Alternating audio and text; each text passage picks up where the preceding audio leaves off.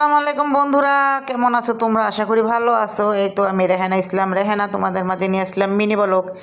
তো এই যে এখানে আমার হাজবেন্ড আমাকে বলতাছে যে আমার জন্য একটু পরোটা বানিয়ে নিয়ে আসো, আর আমি বলতাছি দেখেন শীতে আমি বাঁচতাছি না, কয়টা ফিনছি, তো আমি কিভাবে এখন পরোটা বানাবো, আমার অনেক শীত লাগতাছে। তো তারপর বলার পরও আমি চলে গেলাম পরোটা বানাতে রান্নাঘরে। তো এই তো চলে আসলাম রান্নাঘরে, আর আমি বললাম কি দিয়ে পরোটা খাবেন, বলল যে চিনি দিয়ে পরোটা একটু ভেজে নিয়ে আসো আমার জন্য। কি আর করব, তো বানিয়ে দিতে হবে, কারণ আজকে বাসায় আছে যেহেতু একটু বানিয়ে দেই খাক। আর এই যে দেখো কিভাবে কম্বলের তলে শুয়ে রয়েছে আর আমাকে দিয়ে খাটাইতাছে। তো আমি বললাম আপনি শুয়ে রয়েছেন আর আমার দিয়ে খাটান। আর এই যে দরজাটা খোলা, এখান দিয়ে অনেক বাতাস আহে, তো আমি আবার দরজাটা লাগিয়ে দিলাম। তো এখন আমি রান্নাঘরে যাব। এই যে এখানে ময়দাগুলা এভাবে রেখে গেছি, আমি এখন ময়দাগুলো চেলে নেব, আর তোমরা আমার সাথেই থাকো। আপুরা ভাইয়ারা দিদি ভাইয়েরা, তোমরা যদি আমার ভিডিওটি ইউটিউব থেকে দেখো তাহলে লাইক কমেন্ট শেয়ার করতে ভুলবে না, আর যদি ফেসবুকের থেকে দেখো তাহলে ফলো দিয়ে দিবে।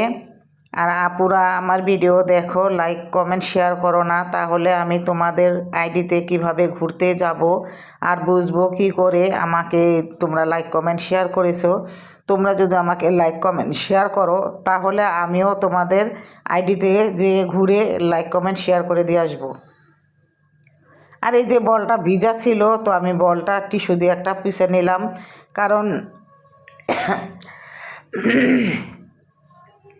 এটার ভিতরে যদি আমি আটাটা চালি তাহলে তো আটা লেগে যাবো গা। আমি একটা শুকনা টিস্যু দিয়া বলটা পুষে নিলাম, আর এখন আমি আটাটা চাইলা নিমু, কারণ আটাটার ভিতরে যদি কোনো কিছু থাকে, অনেক দিন হয়েছে আনছি আর খাওয়া হয় নাই, তো আমি আটাটা সুন্দর করে চেলে নেব। দেখো কোনো ময়লা নাই। তারপর আমি সব সময় চাইলা নিই, আটা না চাইলা নিলে আমার খাইতে ভালো লাগে না। আর এই যে এখানে আমি এখন একটু লবণ দিয়ে দিব, লবণটা দিয়া সুন্দর করে আমি হাতে শুকনা করে আগে মিশাই নিব সব কিছু।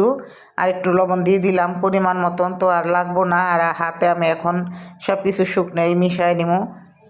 আর আমি চুলার ভিতরে গরম পানিটা বসাই দিছি, তো গরম পানিটা হইলে আমি এটার ভিতরে দিয়ে দিব। আর এই যে গরম পানিটা হয়ে গেছে, তো আমি এখন এই যে আটার ভিতরে ঢেলে দেব। ঢেলে অল্প অল্প করে ঢাইলা তারপর আটাটা আমি সুন্দর করে গুলায় নেব।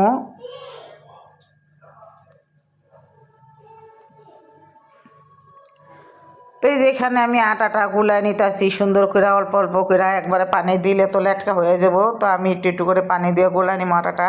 আর এখানে আটাটা গোলানোর পর তারপর আমি এই যে দেখো ছোট ছোট করে লিচির মতন কেটে নিছি। তো এখন আমি এটাকে সুন্দর করে, আর দেখো কারেন্টটা চইলা গেল।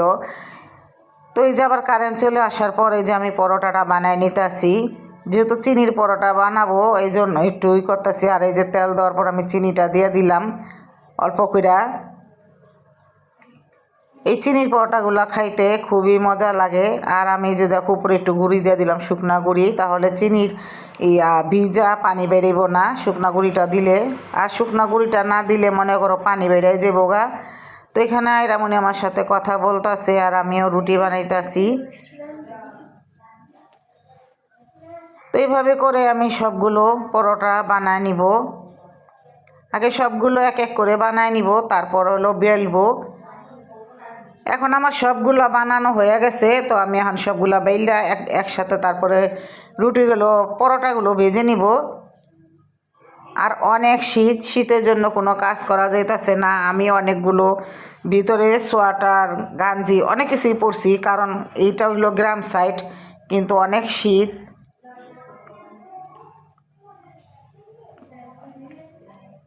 তো এই যে একটা পরোটা আমার হয়ে গেছে, তো এখন আমি আরও পরোটাগুলো বানিয়ে নিব। আর একটু বড় করে নিব, কারণ ছোট হইলে পরোটাগুলো মোটা হয়, আর একটু বড় করে বেললে একটু পাতলা হয়। তো পাতলা পরোটাই খাইতে খুবই ভালো লাগে। আয়রানমণি বলতেছে তুমি পরোটা বানাইতেছো আর ই করতেছো, আমারও একটু দেখাও বন্ধুদের। তো আমি বললাম আসো তোমারে দেখাই। তো এই যে আয়রামণিরও দেখাইলাম, আর ওই পরোটার জন্য দাঁড়ায় রয়েছে আর আমার সাথে কথা বলতেছে। তো পরোটাগুলো আমি এক এক করে বেলে নিব। আবার বেলার পর এই যে আমি এখন ভেজে নিব পরোটাগুলো। এখন রাতের 10টা বাজে, তো রাত্রেবেলায় বলতেছে যে আমার পরোটা ভেজে দাও চিনি দিয়া। এই তো চিনি দিয়ে রাত্রে 10টা বাজে তাকে ভেজে দিলাম। ভাত খাইবো না, ভাত খাওয়ার সে বলে যে আমি ভাত খাবো না, আমার পরোটাই বানায় দাও। তো কি করবো, আর ভাত না খাইলে তো পরোটা বানাই দিতে হইব। তো আমি পরোটাটা লাল লাল সুন্দর করে ভাইজা নিমু। দেখো পরোটাটা খুব সুন্দরভাবে ফুলছে, আর আমার কাছে এভাবেই পরোটাগুলো খুব ভালো লাগে খেতে। তো এই যে আমি উল্টায় পাল্টায় লাল করে সুন্দর করে ভেজে নিমু। একটা পরোটা হয়ে গেল, তো আমি আরেকটা দিয়ে দিলাম। এইভাবে করে আমি সবগুলো পরোটা ভেজে নিমু উল্টায় পাল্টায়া। আর শীতের দিনে এরকমই খেতে ইচ্ছা করে পরোটা, মনে করো সব তেলের জিনিস, কিন্তু শীতের দিনে বেশি কিন্তু কুড়ামি লাগে। তো এই যেরকম করে পরোটাগুলো হয়ে গেছে, আমি এখন তোমার ভাইয়ারে দিয়ে আসুম আগে খাওয়ার জন্য। আর আয়রামণিরে দিয়ে দিলাম, ও অনেকক্ষণ ধরে দাঁড়া রয়েছে যে আমার আগে পরোটা তুমি দিয়ে নাও। তো ওই খুব পাইয়া খুব খুশি। তো আমার দিকে তাকাইতে তাকাইতে গেতাছে, আবার বলতাছে যে বন্ধুদের বলো লাইক দিয়ে দিতাছি, তুমি আমার একটু ক্যামেরাটা সামনে না দেখাও। আমি এই যে দেখাইলাম। আর এই যেখানে পরোটাগুলো হয়ে গেল, আমি এখন দিয়ে আসবো আমার হাজব্যান্ডে, মানে তোমাদের ভাইয়াকে। সে বৈশা রয়েছে খাওয়ার জন্য। তো তাড়াতাড়ি করে উঠলো, আর আমি বললাম শীতের দিন তাড়াতাড়ি করে খাওয়া দাওয়া করে শুয়ে থাকেন। তো বলতেছে দেখো পরোটাগুলো মাসাল্লাহ খুব সুন্দর হয়েছে, আর এত লাল করে ভাজছো। আমি বললাম হ্যাঁ, এরকম লাল করে আপনি খান দেখা পছন্দ করেন, এই জন্য আমি এরকম লাল করে ভাজলাম। আর এই যে দেখো আমি একটা পরোটা নিয়ে নিলাম, এই পরোটাটা আমি এখন খাবো। আর অনেক লাল আর মচমচে হয়েছে পরোটাটা, আমার তো দেখে খুবই লোভ লাগতেছে খাওয়ার জন্য। তো আমি এখন পরোটা খাবো। এই চিনির পরোটাগুলো আমার কাছে খুবই ভালো লাগে। তো এই যে আমি পরোটা খাচ্ছি, আমার কাছে খুব ভালো লাগে, হালকা মিষ্টি আর খুব মচমচা হয়েছে।